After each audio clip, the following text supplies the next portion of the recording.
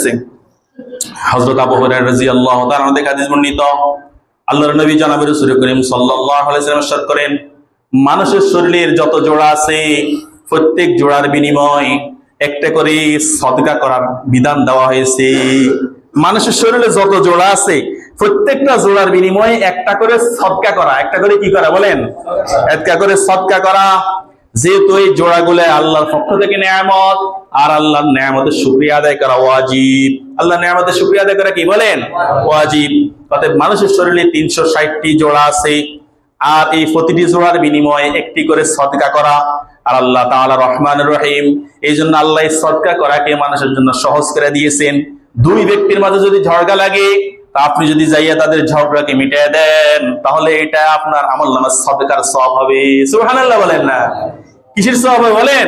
সদকার সওয়াব হবে। দুইজন ব্যক্তি ঝগড়া লাগছে, আপনি যে মীমাংসা করে দিয়েছেন, সদকার সওয়াব হবে। একটা লোক রিকশা উঠতে পারে না, বৃদ্ধ মানুষ, আপনি হাতে ধরে তাকে রিকশায় উঠিয়ে দিয়েছেন, এটা সদকার সওয়াব। একটা লোক হাঁটতে পারে না, আপনি তার হাত ধরিয়া তাকে হাঁটাইলেন, এটা সদকার সওয়াব। রাস্তার মধ্যে একটা কাঁটা পড়ে আছে, কাঁটাটা সরাইয়া দিলেন, এটা সদকার সওয়াব। রাস্তার মধ্যে পায়খানা পড়ে আছে, পায়খানা সাফ করে দিলেন, এটা সদকার সওয়াব।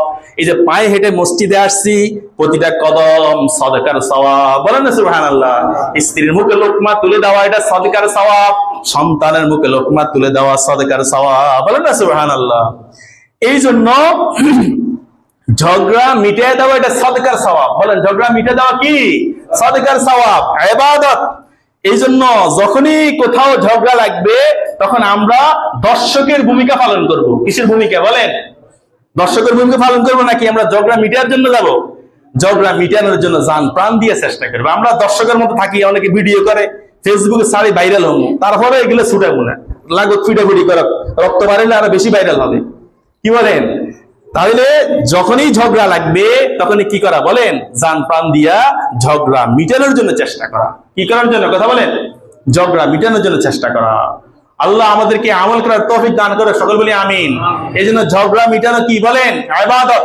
বলেন, ঝগড়া মিটানো কি ইবাদত। এই জন্য যখনই কোথাও ঝগড়া হবে, তখনই মিটানোর চেষ্টা করব।